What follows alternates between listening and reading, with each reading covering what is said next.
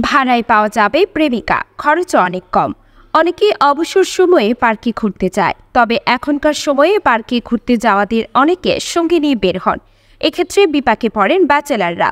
তখন মনে হয়, ইস, যদি একটা গার্লফ্রেন্ড থাকতো। তবে এই সমস্যার সমাধান নিয়ে এলো চীন। ইচ্ছে করলেই একদিনের জন্য প্রেমিকা ভাড়া করা যাবে।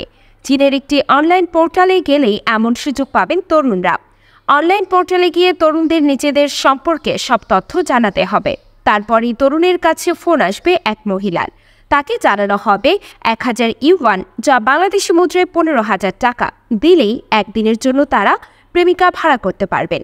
শুধু তাই নয়, সেই প্রেমিকার সঙ্গে ঘুরতে যেতে চাইলে দিতে হবে বাড়তি 350 ইউয়ান, বাংলাদেশি মুদ্রায় 6,000 টাকা।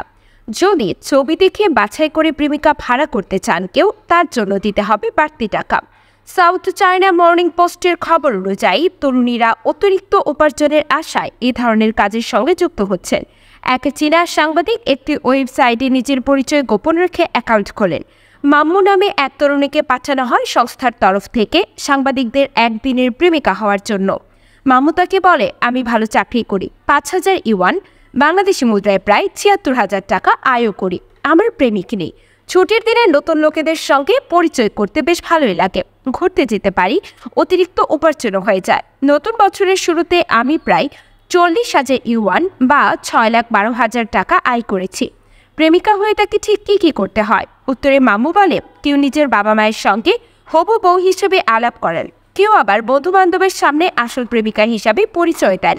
একবার একজন মিথ্যে বিয়েও করেছিলেন আমার সঙ্গে, বিয়ের পোশাকের ছবিও তুলতে হয়েছিল। অতিরিক্ত টাকা দিলে আমি অন্য কাজও করতে পারি।